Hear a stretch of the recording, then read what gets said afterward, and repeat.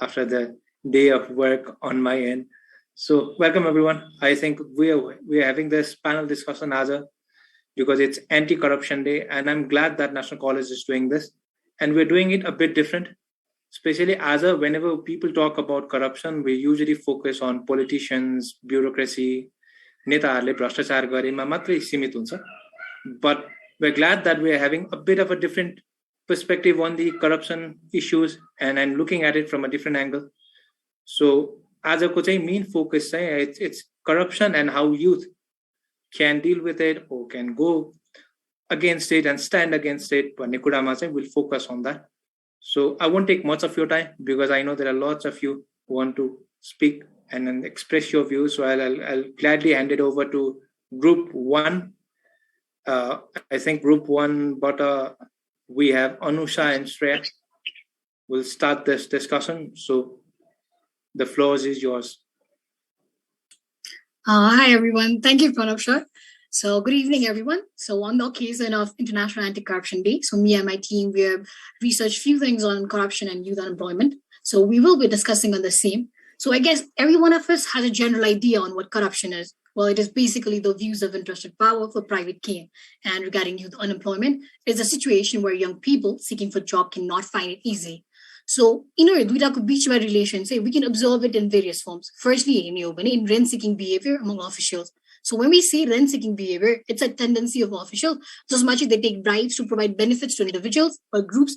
In Nepal's context, we can observe there is a monopoly of government jobs. As in, say government jobs I favor for different incentives they see. For example, security of jobs government jobs then they receive certain pension. So for all these reasons, they are willing to bribe the officials to get the job. Further, different selection process or fashion they're also willing to pay a bribe. According to a Corruption Watch 2020 Youth Perception Survey, which was conducted in South Africa, 18% of respondents noted they will be willing to pay bribes for a job. So similar instances can also be observed in other developing countries. So we have seen that there's this tendency of bribing and we're all over about it. So it's the tendency to observe officials, they start showing the rent-seeking behavior. So it's the they're competent and educated youth, just qualification. So we have qualifications on a job and then we can observe underemployment, what unemployment situations, we can observe it. Similarly, increasing youth unemployment youth are after job secure, they're willing to pay the bribe. Now there exists a vicious cycle. Corruption youth unemployment then youth unemployment as a corruption encourage now to avoid this corruption conditions youth they get certain smaller experiences of like internships Nepal then they go further to foreign employment. Now an estimated 3 million Nepali youths have gone abroad 2014 for data on research. Similarly, likewise, government corrupted country foreign direct investment or discouraged when there's foreign direct investment, certain business enterprises are open up corruption the discourage the future employment opportunities or prospects now there's less employment opportunities. Similarly, our youth self-employment opportunities explore there are many youth entrepreneurs who are trying to do different things. Corruption, administrative corruption forces discourage youth employment opportunities now another main and final thing is the measurement of the funds allocated for development. Certain funds are allocated maybe youth unemployment maybe industrial development entrepreneurship allocate funds or properly spent because it's being used for private gain by certain officials. Unemployment employment opportunities may affect and this can also be observed in an example of Kenya. Just much Kenya youth funds funds entrepreneurship business development funds instead of being utilized for the same purpose, it was embezzled. Youth unemployment rise. So similar vicious cycle can be observed in many of the developing countries like Nepal. Now, we would like to discuss on key possible solutions by remedies or supply to youth corruption, unemployment. Now, I'd like to pass on to my team member. Thank you, Anisha. And sorry for my video. So, what we're trying to do is to suggest a few measures अब हुन्छ नि अलिकति higher लेभलमा गर्न मिल्ने कुराहरूलाई चाहिँ we are going to point out towards the युथको अवेरनेस अनि जब यो युथले चाहिँ अफिसियल्सहरूलाई चाहिँ अकाउन्टेबली हेल्प गर्छ तब बल्ल we can bring changes so to control or prevent these vicious cycles, various remedies can be opted for. So first of all, the government should introduce and implement a strong anti-corruption bill. And an independent investigation agency can be established to investigate corruption charges under the jurisdiction to the Supreme Court itself and judges appointed by SC. Also, strengthening the independence of anti-corruption agencies and upload previously established principles as required by the UN Convention against corruption is truly cruel. The public administration and finance management should be reformed. There should be a strong and transparent monitoring and control mechanism. Likewise, to ensure the transparency and accountability for the officials, participation of youth and civic society cannot be forgotten. They should be fully engaged and should be provided with political and legal literacy, capacity training, etc., among the others. So, adequate knowledge about tools of accountability, such as public hearing, public auditing, etc., which we have learned previously, should be provided. Through this, when youth raise their voice and hold officials accountable, then only we will be able to minimize, control, or prevent corruptions. So, thank you. All right. Thank you, Anu and Shreya. That was a quick and concise argument on your part. So I'll jump to the next group. I hope they will do it and end it on time. The second group is Bidya and Rashila, and they'll be talking on youth and politics. So Bidya and Rashila, the floor is yours. Thank you, Pranav sir. So we will be discussing on corruption and youth in politics. Corruption नेपालको मात्र नहोइन वर्ल्डको एउटा serious issue हो. अझ 2020 मा transparency इन्टरनेशनलले publish गरे अनुसार Nepal 117th र्याङ्कमा पर्छ, which means नेपालको करप्सन रेट एकदम धेरै हाई छ. This also shows that नेपालमा प्रिभियस इयर्समा भन्दा 58% करप्सन increase भएको छ. This surprising and demotivating data should be a matter of concern for all of the youth like us. अनि करप्सन हुने निकायहरुमा पनि सबैभन्दा धेरै चाहिँ पावरफुल अथोरिटीमा भएको पाइएको छ, जसमा पनि सिनियर एन्ड पावरफुल पोलिटिशियन्सहरुको मेजर इन्फ्लुएन्स हुन्छ. सो यसरी करप्सन हुँदा सोशल, पब्लिक एन्ड कमर्शियल सेक्टर्सहरुमा डाइरेक्ट इम्प्याक्ट त परेको नै हुन्छ भनेदेखि पपुलेसन ग्रुपको हिसाबले चाहिँ युथमा सबैभन्दा धेरै करप्सनको इम्प्याक्ट परेको पाइएको छ. सो किन त युथमा सबैभन्दा धेरै इम्प्याक्ट पर्छ भन्दा नेपालमा 40% पपुलेसन युथकै छ, राइट? अनि 16 to 40 लाई युथ भनेर भन्छौं अझ. सो अन्डर 40 को पपुलेसन हेर्यौं भने पनि 75% पपुलेसन छ नेपालमा.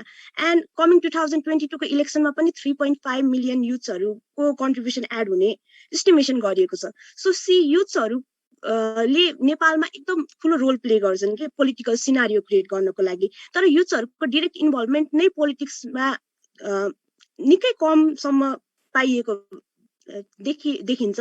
सो यसले गर्दाखेरि करप्सनको इम्प्याक्ट भोग्नलाई पनि युथहरु बाध्य भएका छन्. अनि as a result they are unemployed, politics प्रति डिसइन्करेजमेन्ट छ एन्ड पोलिटिकल डायलगमा पनि उनीहरुको पार्टिसिपेसन कन्सिडरेबली लो छ.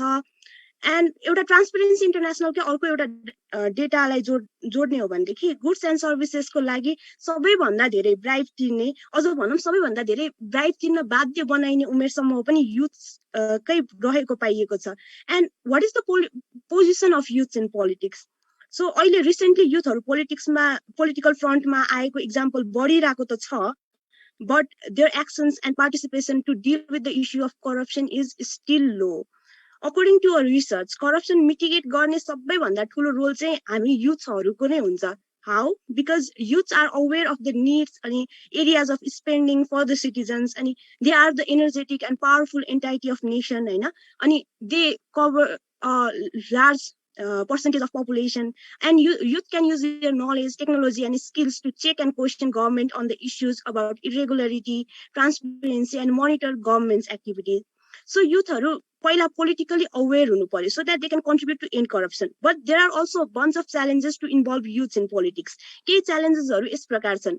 हामी युथहरुलाई के लाग्छ भनेदेखि politics is a dirty game भन्ने एउटा perception छ, त्यही लाग्छ. अनि we are not interested in politics होइन अनि अर्को चाहिँ एउटा हाम्रो यस्तो पोलिटिकल कल्चर छ कि अथोरिटीमा पुग्नको लागि एउटा हायरार्की सेट गरिएको हुन्छ which of course is a long political journey अनि यसले गर्दाखेरि पनि युथहरूलाई डिमोटिभेसन हुन्छ अनि पोलिटिक्समा नि नेपोटिजम फेभरेटिजम प्रिफरेन्सहरू प्रिभेल छ भोइस अफ भोइसलेस भन्दा पनि भोइस अफ पावरफुल बनेको छ अहिलेको पोलिटिकल सिनारियो एन्ड करप्सन नै पनि अर्को एउटा मेजर रिजन हो युथहरू पोलिटिक्स प्रति डिस्करेज हुनुमा एन्ड युथहरूलाई पोलिटिकल अवेरनेस पनि निकै कम छ सो अब के गर्न सकिन्छ त युवाहरूलाई कसरी पोलिटिक्स प्रति रेस्पोन्सिबल बनाएर करप्सनलाई एन्ड गर्नतर्फ सोच्न सकिन्छ होला रसिला तिमीलाई के लाग्छ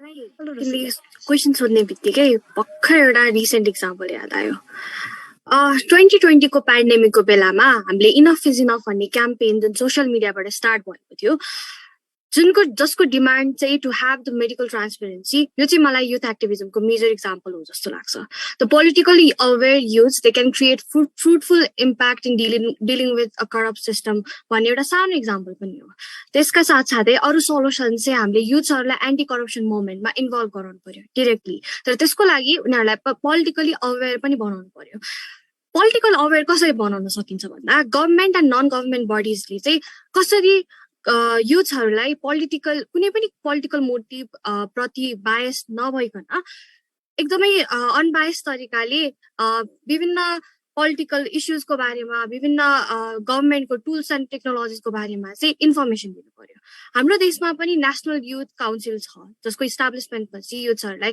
पोलिटिकली एजुकेट गर्ने डिफ्रेन्ट टुल्सहरू इम्प्लिमेन्ट कसरी गर्न सकिन्छ भन्ने कुरामा अझै जोड पुगेको छ त्यसका साथसाथै युथहरूले टेक्नोलोजी र एजुकेसनको प्रयोग गरेर करप्सनको अगेन्स्टमा एक्सन पनि लिन सक्छन् यसको लागि चाहिँ एउटा सानो इक्जाम्पल हाम्रै छिमेकी देश इन्डियामा पनि रहेको छ एउटा आई पेड अ ब्राइब भन्ने क्याम्पेन सुरु भएको थियो जसमा चाहिँ जब आफूले घुस दिनुपर्ने अवस्था हुन्छ ब्राइब दिनुपर्ने अवस्था हुन्छ कुनै पनि गभर्मेन्ट अफिसरले चाहिँ ब्राइब मागेको अवस्थामा चाहिँ त्यसको बारेमा पब्लिकले साइटमा अपडेट गर्न सुरु गरेको पाइन्छ यस क्याम्पेनबाट इन्डियामा धेरैवटा करप्ट इन्डिभिजुअललाई आइडेन्टिफाईका साथसाथै पनिस पनि गरिएको थियो अर्को सोल्युसन भनेको युथहरूलाई पोलिटिकल डायलगमा फ्रिक्वेन्टली इन्भल्भ गराउनु त्यसको लागि civil society social accountable tools जस्तै पब्लिक हियरिङ पार्टिसिपेटरी प्लानिङ अनि टु वे पोलिटिकल डायलगमा पनि डिरेक्टली इन्भल्भ गराएर लोकल गभर्मेन्टदेखि नै हामीले करप्सनको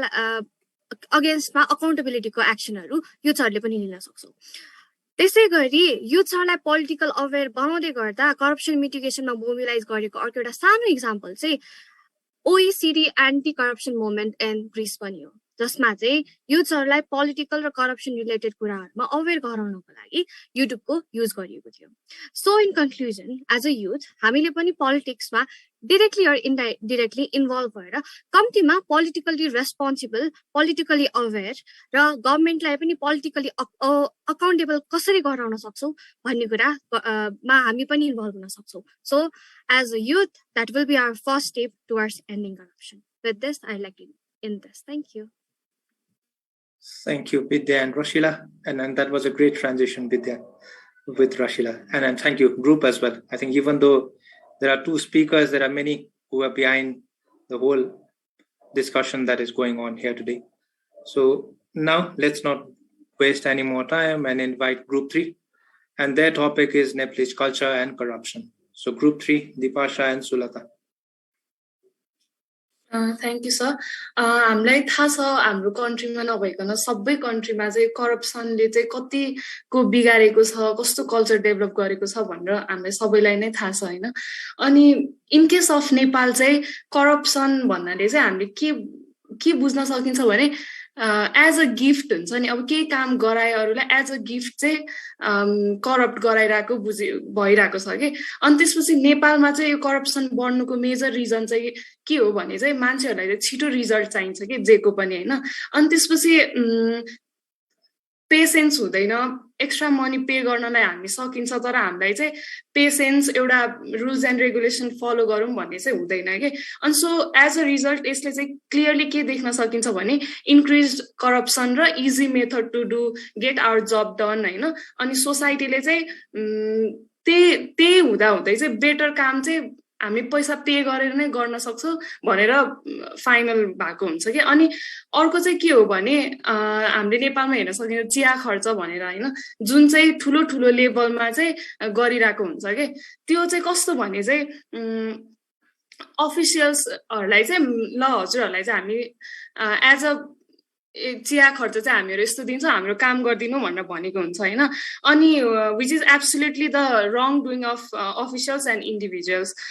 so this all happens because of weak state, weak government and the wrong policies made by themselves के। गभर्मेन्टले रुल्सहरू बनाएको हुन्छ तर त्यसलाई प्रपरली चाहिँ फलो नगरिदिनाले चाहिँ एकदमै प्रब्लमेटिक भएको हुन्छ।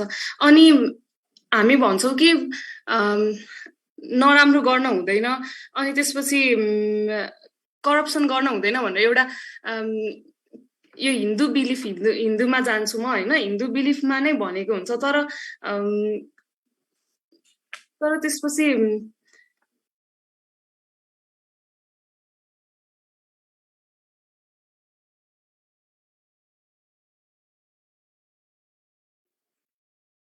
Did we lose her?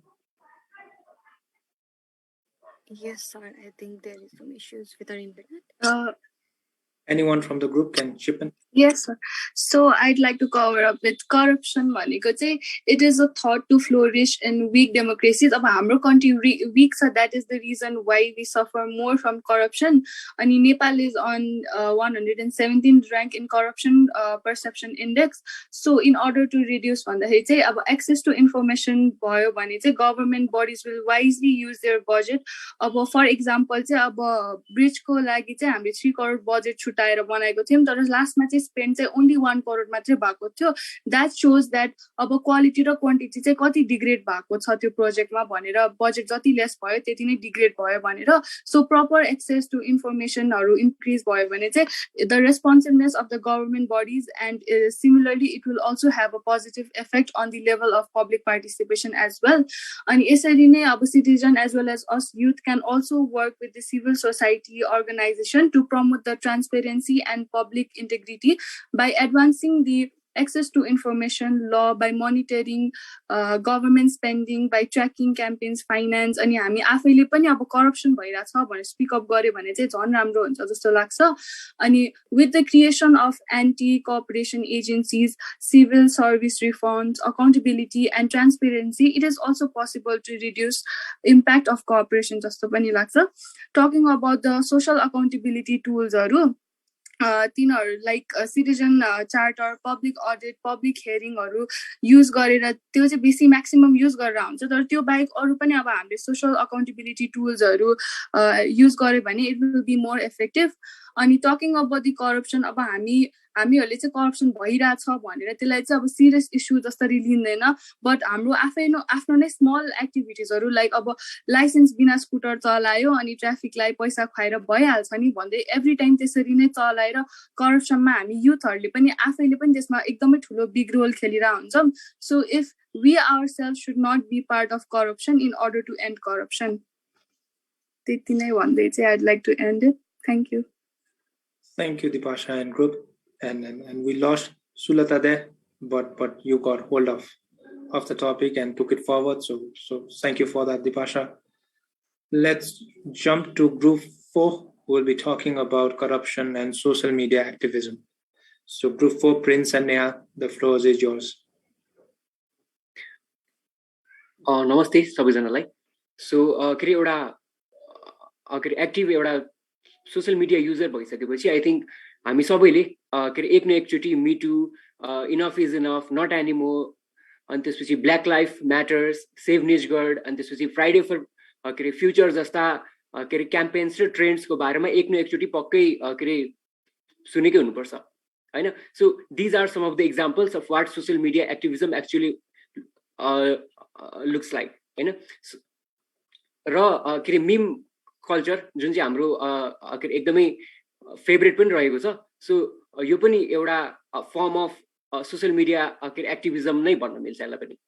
So basically social media activism के हो त भन्दाखेरि के अरे यो चाहिँ एउटा यस्तो खालको के अरे यो चाहिँ एउटा यस्तो खालको एक्टिभिजम हो जहाँनिर चाहिँ इन्टरनेट र डिजिटल मिडियालाई चाहिँ एउटा की प्लेटफर्मको रूपमा युज गरेर मास मोबिलाइजेसन र के अरे भिक्टिम्सको भोइसलाई चाहिँ अपलिफ्ट गरिदिने काम गरिन्छ यहाँ चाहिँ।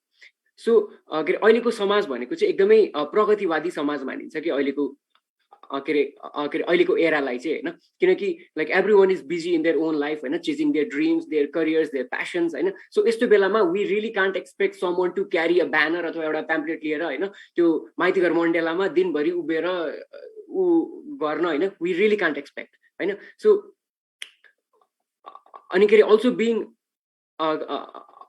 सरी के अल्सो बिङ के अरे global citizen, we can't be in every country के जस्तो हुन्छ नि अब के अरे कुनै पनि कन्ट्रीको मुभमेन्टमा चाहिँ हामीले के अरे सपोर्ट गर्नु पर्यो भने हामी हरेक कन्ट्री जान भ्याउँदैनौँ नि त, जान सक्दैनौँ नि त होइन। सो के अरे त्यस्तो केसमा चाहिँ सोसियल मिडिया एक्टिभिजमले चाहिँ एकदमै इम्पोर्टेन्ट रोल प्ले गरेको हुन्छ होइन।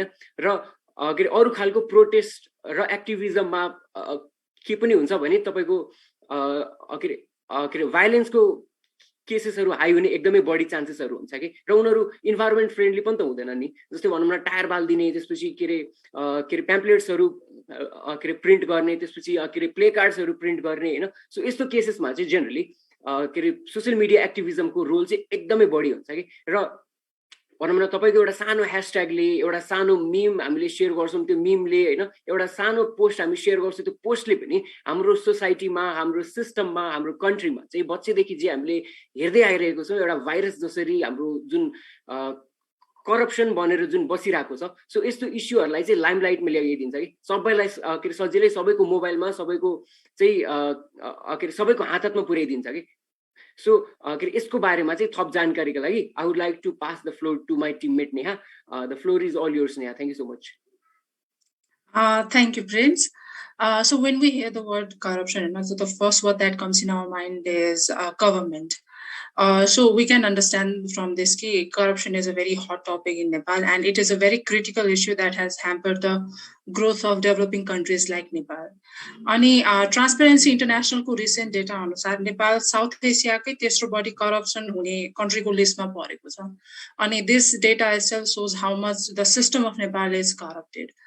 And with the increasing use and evolution of digital technology, digitalization, especially in the pandemic during lockdown, it has been very apparent how crucial role social media plays to disseminate information in a short period of time to the general public. And nowadays, social medias have been a very comfortable place to raise awareness and to connect with the world and to exchange ideas. So एउटा recent survey अनुसार which was taken in January of 2021, so 44.2% of the total population of Nepal, they use social media. And from this we can know how important social media platforms can be to raise awareness among people and to have that maximum outreach in an efficient way. So social medias ma daily database news haru ani different authority ko decisions ra action haru ko up to date kunai na kunai portal bata bhairahन्छ हैन। अनि this way the authorities can be kept accountable and the oppressed corruption issues can be brought in the limelight of the citizens. जस्तै 2075 मा Nepal airlines corporation ले गरेको 3.88 billion को wide body plains मा गरेको corruption को case public samu as highlight through social media activism बाट नै आएको थियो। But social media activism has its own downside. For example, if investigative database news छैन भने त्यसले public लाई mislead गर्छ र chaos create गर्छ country मा। So publicly आफै aware and alert हुन पर्छ regarding to know the official and authentic sources of any news that they are being exposed to. So in this digitalized age, social media is a very powerful tool to keep check and balance in the government's decisions and their actions by the citizens of the country. With this, I would like to end this discussion of youth in social media activism and corruption. Thank you. Thank you, Prince and the team as well. I think social media activism usually wrong कनोटेसनका साथ प्रयोग भएको आउँछ है मान्छेहरूले social media activism मात्रै भन्छन् but then what you guys just presented shows us that it can be used in a better way, in a more proactive way, and in a more powerful way that could really bring out the change that we all want. Hey. So thank you, Prince and Nia, once again. Now I'd like to call Group 5. They'll be here talking about the judiciary group and its linkages with anti-corruption. And for that, I'd like to call Ajay and Rosina to the floor. Ajay and Rosina. Rosina, Vidya? Yes, hello. सुनिरहेको छ? हजुर, Yeah. Good evening everyone. नमस्ते सबैजनालाई. हाम्रो जुडिसरीको main topic रहेको छ भ्रष्टाचार. हाम्रो घरबाट नै सुरु हुने खराब व्यवहार हो. हरेक घर परिवारमा आमा बुवाले कार्यालयबाट आधिकारिक प्रयोजनका लागि ल्याउनु भएका सामग्रीहरू व्यक्तिगत प्रयोजनका लागि प्रयोग भइरहेका हुन्छन्, तर उहाँहरूलाई उक्त सामग्रीको सही प्रयोग नभएको भनेर प्रश्न सोध्ने वा खबरदारी गर्न हामी हिचकिचाउँछौँ र सक्दैनौँ पनि. सानो होस् वा ठुलो होस्, भ्रष्टाचार त भ्रष्टाचार नै हो नि. सारांशमा पदीय मर्यादा भुलेर गैरकानुनी रूपमा अनैतिक कार्य गर्नु नै भ्रष्टाचार हो. न्यायपालिकाको सन्दर्भमा न्यायिक भ्रष्टाचार भन्नाले आफ्नो वा तेस्रो पक्षको लागि पदीय मर्यादा विपरीत न्यायिक काम कारबाहीमा निष्पक्षताको सिद्धान्तलाई आत्मसात नगर्नु भन्ने बुझिन्छ. पेटी करप्सन न्यायिक भ्रष्टाचारको एउटा मुख्य प्रकार हो. न्यायाधीशहरूले प्रणाली मार्फत दिएको मुद्दाको नतिजालाई प्रभाव पार्न वा ढिलाइ गर्न घुस लिने गर्दछन्. कतिपय व्यक्तिहरूलाई फाइल हटाउन वा विशेष न्यायाधीशलाई मुद्दा तोक्न न्यायाधीश, वकिल वा कर्मचारीहरूलाई घुस दिने गर्दछन्. अन्ड्यू पोलिटिकल इन्फ्लुएन्स अर्को प्रकार हो. हामी यसलाई न्यायपालिकामा राजनीतिको हस्तक्षेप भनेर पनि बुझ्न सक्छौँ. वर्तमान प्रधान न्यायाधीश चोलेन्द्र शमशेर जबरा र निवर्तमान प्रधान न्यायाधीश सुशीला कार्कीको विवाद यसको एउटा राम्रो उदाहरण हो. यसै गरेर न्यायिक नियुक्तिहरू अर्को प्रकार रहेको छ. न्यायाधीशहरूको नाम सिफारिस गर्ने जिम्मेवारी न्याय परिषदको भए तापनि यसमा राजनीतिक हस्तक्षेप निकै देखिन्छ. यस्तो परिषदले कानुनी मापदण्ड समेत पालना गर्दैन. यसै गरेर अर्को प्रकार रहेको छ undue influence via internal judiciary hierarchy. तल्लो क्रमका न्यायाधीशहरू न्याय सम्पादनका क्रममा अक्सर माथिल्लो क्रमका न्यायाधीशहरूबाट इन्फ्लुएन्स हुने गर्दछन्. ओभर टु यु अझै. साथी रोजिनाले भनेको जस्तै जुडिसरी आफैमा एक क्रिटिकल एस्पेक्ट अफ नेसन हो, अर्गन अफ नेसन हो, तर त्यसमा भएको करप्सनले कसरी विभिन्न तरिकाको करप्सन हुन सक्छ भन्ने कुरा बुझ्दाखेरि हामी आफै पनि कसरी जुडिकल करप्सनको टाइप्स हो भन्ने कुरा बुझ्यौँ. अब यो जुडिकल करप्सन हुँदाखेरि वास्तवमा नेसनमा कस्तो खालको इफेक्ट हुन्छ भन्ने कुरा बुझौँ. त्योभन्दा अगाडि यो कुरा चाहिँ हामी आफूलाई क्लियर गरौँ कि जुडिसरी भनेको कुनै पनि डेमोक्रेटिक कन्स्टिट्युसनको लागि चाहिँ एउटा बेडरक हो, जसबाट चाहिँ हामी के एक्सपेक्ट गर्छौँ भन्दाखेरि जुडिसरीले कन्स्टिट्युसनलाई चाहिँ एकदमै इफेक्टिभ तरिकाले इन्टरप्रेट गरोस् र त्यही अनुसार चाहिँ भएको रुल्स एन्ड रेगुलेसनलाई चाहिँ एक्जिक्युट त्यसलाई चाहिँ कसरी चाहिँ कार्यान्वयन गर्ने कुरामा चाहिँ होस्, सहयोग गरोस्. त्यसै गरी अनअथोराइज इन्क्रोचमेन्टलाई चाहिँ रोकोस्. तर जुडिसरी जस्तो क्रिटिकल कुरामा पनि यदि करप्सन आयो भने यो एउटा नेसनको लागि एकदमै ठुलो थ्रेट हुन सक्छ. यसले नेसनलाई विभिन्न तरिकाले अफेक्ट गर्छ. पहिलो कुरा के हो भन्दाखेरि चाहिँ एउटा अर्डिनरी सिटिजनहरू हुन्छन्, उनीहरू चाहिँ जुडिसरीमा आएको करप्सन चाहिँ हाइली अफेक्टेड हुन्छन्. जब करप्सन जुडिसरीमा आउँछ जस्टिस पाउने प्रोसेस एकदमै एक्सपेन्सिभ भइदिन्छ र जसले गर्दाखेरि जोसँग सम्पत्ति छ उसले एकदम मजाले जस्टिस पायो, जस्टिसलाई किन्न सक्यो, तर जोसँग छैन उसले जस्टिस पाएन र यो प्रोसेसले गर्दाखेरि पब्लिकको ट्रस्ट जस्टिसमाथिबाटै घट्छ र this actually results into weakening of the capacity of judicial system. यति मात्र होइन, जब करप्सन जुडिसरीमा छिर्छ त्यति बेला dispute resolution, law enforcement, protection of property rights र कन्ट्र्याक्ट इन्फोर्समेन्ट जस्ता एकदमै बेसिक कुरा जुन जुडिसियरीले गर्नुपर्ने हुन्छ त्यो पनि अफेक्टेड हुन्छ र दिस इन्टायर एक्टिभिटिजले पछि गएर के गर्छ भन्दाखेरि चाहिँ डेमोक्रेसीलाई नै विकनिङ कमजोर बनाइदिन्छ र डेमोक्रेटिक नेसनमा जब डेमोक्रेसी कमी हुन्छ हामी सोच्न सक्छौँ त्यो देशको सिचुएसन के कस्तो पुगेको छ भनेर अब प्रब्लम आइसकेपछि सोलुसन पनि डेफिनेटली छ ट्रान्सपेरेन्सी इन्टरनेसनलले सजेस्ट गरेको अनुसार चाहिँ केही मेजरहरू चाहिँ स्ट्राटेजिक ढङ्गले लियो भने जुडिसरीमा चाहिँ तपाईको यो करप्सनलाई चाहिँ एकदमै मजाले रोक्न सकिन्छ धेरै हदसम्म रोकिएको पनि अवस्था हामीले पाएको छौँ पहिलो भनेको इन्डिपेन्डेन्सी जब जुडिसरीलाई इन्डिपेन्डेन्ट स्टेट अफ द स्टेटको इन्डिपेन्डेन्ट स्टेट भनेर अर्गन मानिन्छ त्यति बेला यसको इन्डिपेन्डेन्सी माथि कुनै पनि तरिकाले चाहिँ क्वेसन मार्क ल्याउनु भएन यसको हरेक एक्टिभिटिज इन्डिपेन्डेन्ट हुनुपर्छ र यसमा एक्जिक्युटिभ र लेजिस्लेटिभ जस्ता बडिजहरूले चाहिँ कुनै पनि वेमा चाहिँ इन्टरफेयर गर्नु भएन त्यसै गरी जुडिसियरीले गरेको हरेक डिसिजन ओपन हुनु पर्यो उसले गरेको कुनै पनि डिसिजन चाहिँ कुन ऐन कानुनबाट गाइडेड भएको छ र कसरी भएको छ भन्ने कुरा पनि विभिन्न मिडियममा चाहिँ पब्लिक हुन जरुरी रहन्छ र त्यो गर्नको लागि उसलाई चाहिने एडिक्वेट रिसोर्सेस र पावरहरू स्टेटले प्रोभाइड गर्नुपर्ने हुन्छ अकाउन्टेबिलिटीको कुरा गर्ने हो भने कुनै पनि जजको एगेन्स्टमा एलिगेसन आएको छ भने त्यसलाई चाहिँ एकदमै रिगोरसली इन्भेस्टिगेट गर्नुपर्छ इन्डिपेन्डेन्ट बडीको थ्रुबाट र कुनै पनि एक्जिस्टिङ जस्टिसलाई हटाउने प्रोसेस चलिरहेको छ भन्दाखेरि त्यो प्रोसेस ट्रान्सपेरेन्ट हुनुपर्छ फेयर हुनुपर्छ र इन्टायर नेसनले चाहिँ त्यो कसरी प्रोसेस ड्रिभन भएको छ भन्ने कुरा जान्नुपर्छ र लास्टमा जुडिसियरी भन्नेको डेमोक्रेटिक नेसनको लागि एकदमै इम्पोर्टेन्ट अर्गान हो र यो चाहिँ करप्सनबाट टाढे राखिनुपर्छ र जबसम्म हामीले जुडिसियरीको इन्डिपेन्डेन्सीलाई चाहिँ मेन्टेन गर्न सक्दैनौँ तबसम्म डेमोक्रेसीको स्पिरिट बाँच्न सक्दैन so in order to protect the democracy we must ensure independence of the judiciary and the corruption free judiciary. Thank you very much. Thank you, Ajay and Rosina. That was wonderfully presented point. So thank you for that.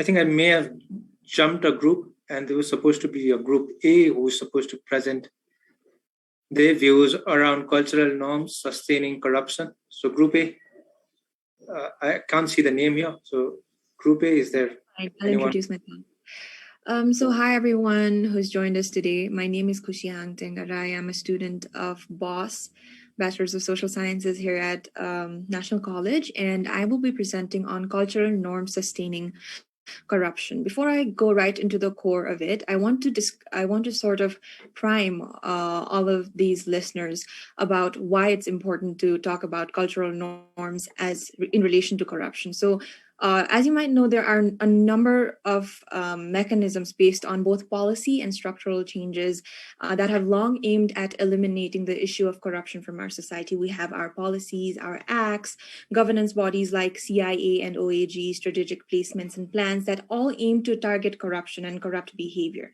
हैन तर त्यो भए पनि हाम्रो जस्तो countryमा चाहिँ एकदमै high rates of corruption is still prevalent, and that really makes us wonder if we're making the right efforts. So I question myself, are we making the right efforts? And to that, the answer that I found was no, because we are constantly denying and ignoring a very significant enabler of corruption that is our culture.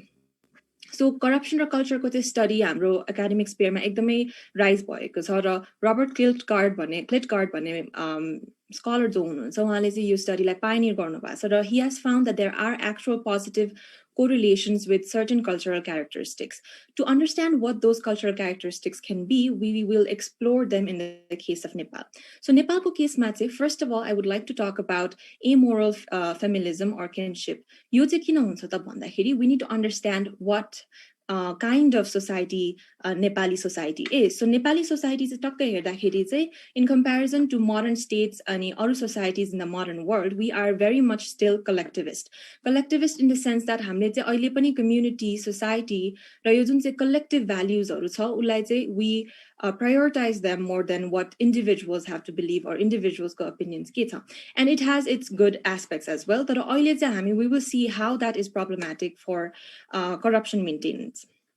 अब यसमा चाहिँ के छ भने families are very tightly knit, kinships are very tightly knit in Nepal. हामीले सानो हुँदाखेरि पनि we were taught that in order to be a good Nepali, you have to respect your elders, love your juniors, you have to cherish your community altogether. तर यसमा एउटा unsaid कुरा चाहिँ के थियो त भन्दाखेरि serving one's kin in any way or form is viewed as a virtue.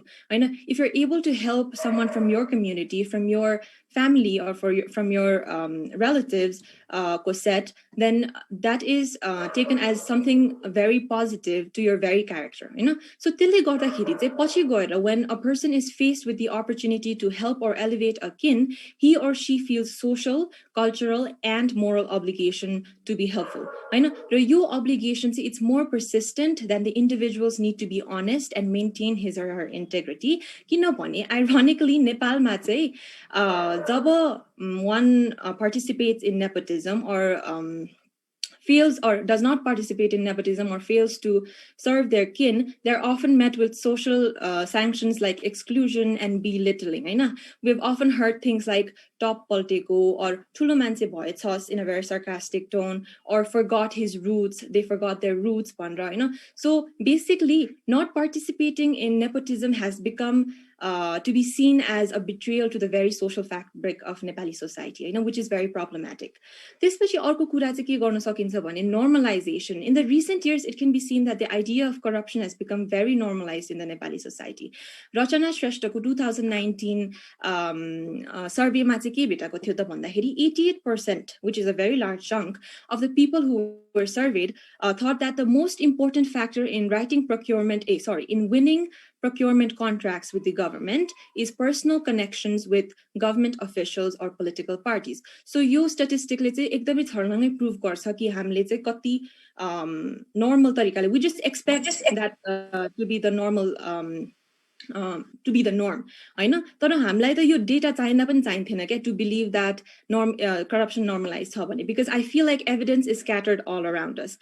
हाम्रै घर परिवारमा कुनै पनि opportunity secure गर्न लागि हामीले मामा माइजू काका काकी बाजे बजे or दिदी दाइ whoever लाई phone घुमाउने चलन छ हैन. Now phone घुमाउने is a dialect, a very proper term that has already been created. त्यसै गरी think about whenever you come across an organization or institution and we automatically think that ए मेरो दिदी or मेरो कोही relative चाहिँ त्यहाँ काम गर्नुहुन्छ, म उहाँसँग एकपल्ट कुरा चलाउनु पर्यो हैन. So the existence of these terms and the existence of these practices को trend चाहिँ it shows that corruption has become a very normal way of life in Nepal, and being corrupt is as if a Nepali identity, as if it's a part of the Nepali experience. And corruption is often dealt with and it is what it is attitude. Nepali ma चाहिँ यो usually कसरी translate हुन्छ त भने हामी यस्तै त हो नि, or नेपालमा यस्तै हो, नेपालमा यस्तै चल्छ भन्ने कुरा हामीले धेरै सुने हो. त्यसले पनि के सिग्नल गर्छ त भन्दाखेरि corruption भन्ने जुन चाहिँ practice छ, malpractice, त्यो चाहिँ एकदमै common भएर गएको छ. And this is problematic for two reasons. First of all, it definitely subdues anti-corruption efforts. The second mathi, and more importantly, I think, is that जुन चाहिँ moral pressures थियो corruption माथि, यो shame, guilt भन्ने जुन चाहिँ कुरा चाहिँ corruption सँग associate भएर आउँथ्यो, त्यो चाहिँ बिस्तारै release हुँदैछ, जसले गर्दाखेरि चाहिँ corruption को प्रति inhibition जुन चाहिँ थियो त्यो चाहिँ घट्दै गएको छ. Finally, I would like to talk about in-group favoritism. This is another problem, which is the phenomena or practice of groupism. In the case of Nepal, groupism can be seen in two ways. Number one is caste or ethnicity-based identities, but groups बनेको हुन्छ भने political alliances, but group divisionsहरू धेरै देखिन्छ. Groupism in itself is fine. It's absolutely fine. किनभने even some situations my beneficial पनि हुन सक्छ. It fosters healthy competition, creates support for the marginalized individuals. However, it becomes problematic when there's this very blind and fervent favoritism based on group membership. When people start focusing only on the group identity, on individual merit, capacity, and worst times, individual flaws like overlook गर्न थाल्छ. नेपालमा के देखिन्छ भने political actors often defend their party mates no matter how heinous their misconduct or crimes are, हैन? एउटा recent example चाहिँ के थियो भने caste based discrimination को lawsuit थियो र त्यसमा चाहिँ एउटा ministerले unlawfully he freed the accused from her detention merely because she belonged to his ethnic community. And I will not take exact names, but I think everyone knows what case I'm talking about. So groupism essentially के गर्छ भने it redirects our focus from common good and common benevolence to particularistic wins. Governance like groupism it just turns into a very win-lose situation, which is not productive. And also Nepalma particularly groupism le गर्दाखेरि चाहिँ there is this fervent culture of impunity जुन चाहिँ it's not good for accountability and maintaining good governance. So finally, I would like to say that this list that I just presented is not exhaustive. It's not exhaustive in any sense. यो भन्दा धेरै पनि अरु aspectsहरु हुन्छ जुन चाहिँ हाम्रो कल्चरमा लिंगर गरिरहेको हुन्छ अनि they are essentially creating a convenient environment for our corrupt behavior and practices to flourish, हैन? अनि plus these cultures exist in a very nuanced manifestations and they seem insignificant and momentary to us, but they still play a very important role in maintaining corruption. So the very best we can do is acknowledge that these cultural aspects exist and put efforts to put a pause to them, at least in our very own lives. So that's it from me. Thank you. Thank you, Kushi. And I think a lot can be said when you choose your word wisely. And then that was a great work, Kushi. You managed to squeeze in a lot content in such a small time. So great job, Kushi. And then you did it on your own, single-handed. So great work, Kushi. Now I'll hand it over to the last group of today, which is group 6. And the speakers from that group are Grishma and Kritika, and they'll be talking about free market economy and corruption. So group 6. Thank you, Pranav sir. I assume we all know what corruption is, so I'll not be defining it in detail, but from what we've known so far, summary ma bhanda corruption bhaneko euta yesto factor which creates a financial distortion and redirects money allocated to income grants, eligibility for housing or pensions, and weakens service delivery, usually causing the poor to suffer the most and increasing the income inequality. Now let's move on to our topic. The topic that we'll be covering is free market economy and corruption. Now, what is free market economy? The free market is an economic system based on supply and demand with little or no government control. It is a summary description of all voluntary exchange that takes place in a given economic environment. Simple word ma bhandakeri free market or free market economy bhaneko euta यस्तो system हो जुनमा buyers र sellers ले goods र services को price आफै decide or regulate गर्छ. यसमा चाहिँ गभर्नमेन्ट इन्टरभेन्सन इदर अलिकति मात्रै हुन्छ अरु हुँदै हुँदैन भयो नि क्यापिटलिजमहरुमा जस्तो धेरै गभर्नमेन्टको कन्ट्रोल चाहिँ हुँदैन. Now, how does corruption and free market economy impact one another? Is corruption worse in a free market economy than in regulated economy? अब हेरौँ है त. Studies have shown that a free market economy is significantly associated with a lower rate of corruption. In other words, countries tend to be less corrupt, but trade is relatively free from government restriction that corrupt official can abuse. However, the chances are low, but never zero. We usually don't look at it in depth, but bad things do happen in free markets. Some people lie, cut corners, commit fraud, and write bad checks. Others renege on contracts, offer or accept bribes, give kickbacks, embezzle, and more. Now, to make it even more clear, दुईटा condition to explain गर्छ है त. Global context मा हेर्नु भने अहिले के देखिन्छ भन्दा ठुलो कम्पनीहरु सानो मार्केटमा आएर उनीहरुको इकोनोमीमा रेगुलेसन राख्ने गर्छ. और रेगुलेसन राख्न नसके पनि if कुनै कम्पनीले आएर अर्को कम्पनीलाई डोमिनेट गर्न सक्छ भने it is no more a free market.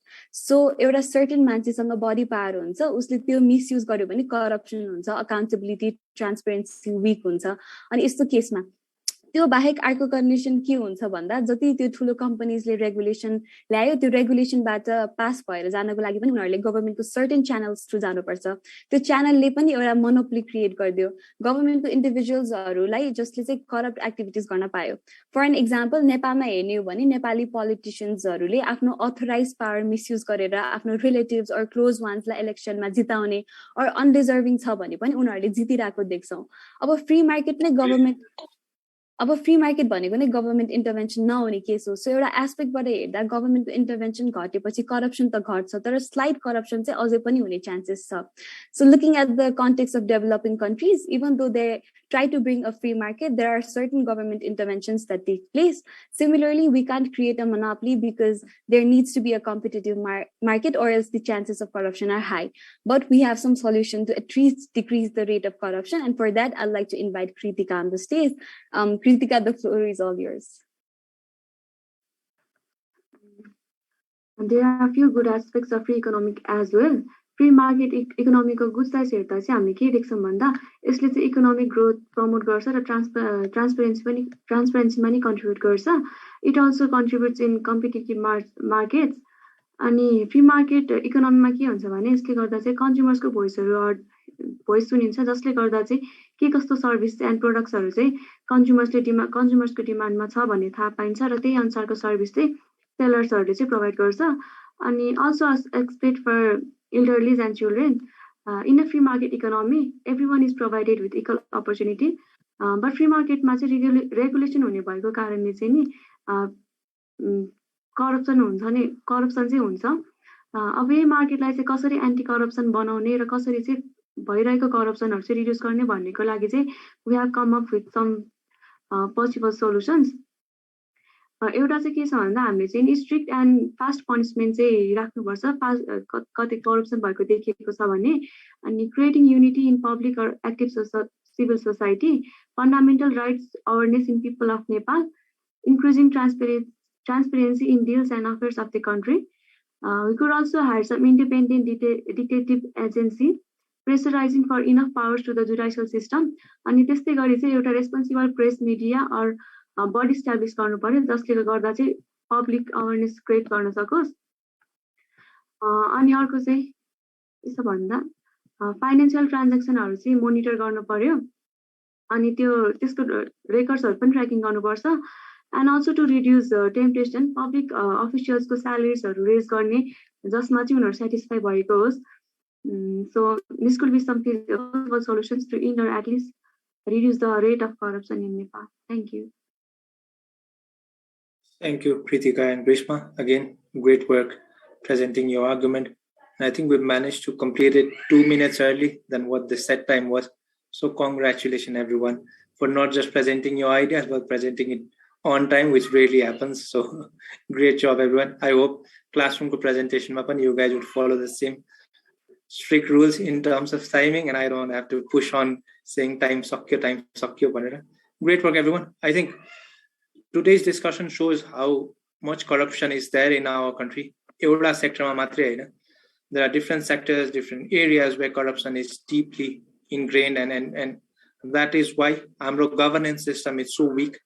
Because one of the major factor of कुनै पनि देशको governance system मा राम्रो हुनु वा नहुनुलाई major factor कसैले डिटेक्ट गर्छ भने that is the state of corruption to this ma. Higher the state of corruption, lower the governance and lower the development rate. That is what is there. But I'm glad that we didn't just talk about corruption in terms of numbers and in terms of politicians, but we went deeper into it.